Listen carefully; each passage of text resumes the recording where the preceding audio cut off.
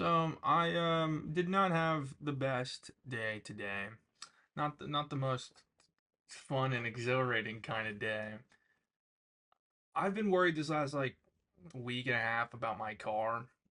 It's currently at a dent mechanic, which is like a repair shop, to get some hail damage done.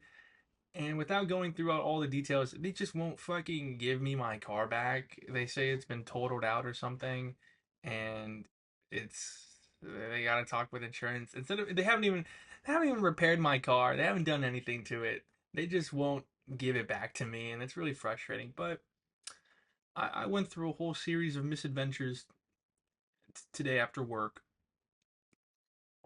which took up like 2.5 hours of my time, and I I want to talk today about how much it sucks to kind of not be able to control the intensity of your emotions. I've talked before about how I have BPD and it kind of fucks with me a little bit sometimes, mostly in the like department of regulating how I deal with things. I was not having a stable time dealing with this car situation. The plan was to drive 30 minutes down to go convene with my mom, and then we were gonna drive another 45 minutes down to Dallas and go just go get my car, just go grab it, I guess, swap them out. Um, did not go as planned. Not only were they not even open, which I don't know why my mom didn't even fucking check why they weren't open. But it's not my fault. It's not. Who cares? But when we were turning around, I forgot to put fucking gas in the car. So then we got stranded on the side of the road for like 30 minutes. And throughout all of this, I was not handling it very well. Um, it's one of those things where to like a normal person, to like an average person, you'd probably be in the situation. You'd be like kind of miffed, pretty.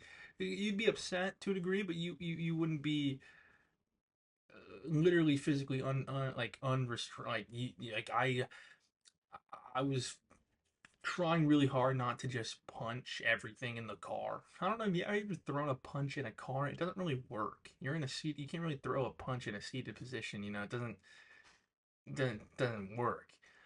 Um, but all of my brain was just saying like release, I suppose. So like I was just like jamming my knees in, like I put my feet on the dashboard. I was jamming my knees into my eye sockets.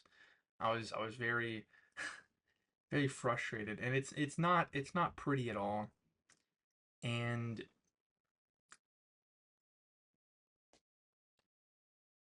during that, my mom was like, "Stop acting like a baby," and I then completely lost it.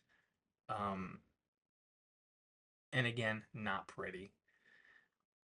And in that, I had to explain how,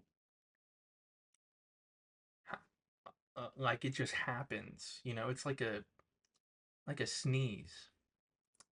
It just like it just happens, and you can't really make it stop happening. At least for a sneeze, I can like cover my nose, and then it's like not as loud. Um,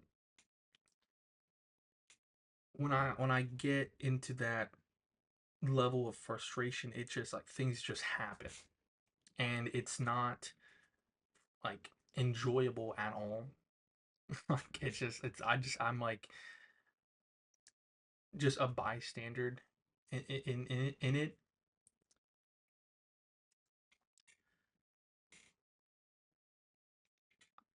I wasted like 2.5 hours of my time today. It was really frustrating. But I want to talk about how, as someone with this like condition, it really is 0 to 100. There's no numbers in between. It really is. If I'm even a little bit upset, it really does just go to 100. And I can't get a middle ground, you know? My brain just doesn't operate that way. And it really fucking sucks to be like that. It sucks to be someone who is always I'm like I don't even really have a neutral. It's I'm either extremely angry, extremely sad, extremely happy. I it's very hard to work around and very hard to like kind of exist around other people when I'm like that. Cause again, to like any normal person, they would probably be a normal amount of setness, I suppose. And I don't have a normal amount of anything. It's always an extreme.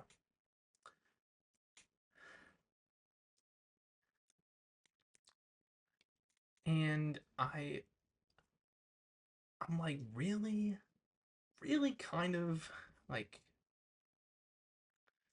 uncertain about how that can affect my future in the sense of like trying to form and maintain new relationships because I don't know how to kind of drop this bombshell on people. um because it's not fun. It's not, especially not fun for me, you know, and I can imagine it's not fun for anyone else having to deal with it, you know. it's it's one of those things where if I saw someone and I knew someone who acts like me and has the problems that I have, I probably would just stop hanging out with them. You know, I'd probably be like, you know, that's just like that's some loss I'm willing to take at that point. And it's like I'm like low key fine now, you know, like I'm chill now. It's over, and it's like cool. Now I went to 100 and now I'm back at like 0. Awesome, you know. Except it's not awesome because now I'm just at 0 again, and I just have to wait till it goes back to 100, and it's like, okay, cool. I love being me type shit.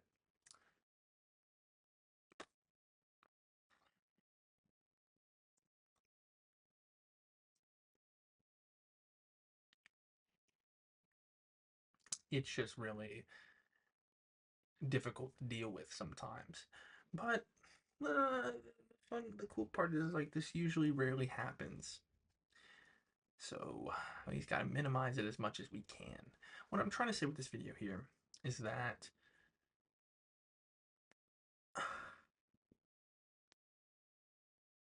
people like me have it really hard sometimes, and not to excuse the behavior, but to understand and to give grace sometimes.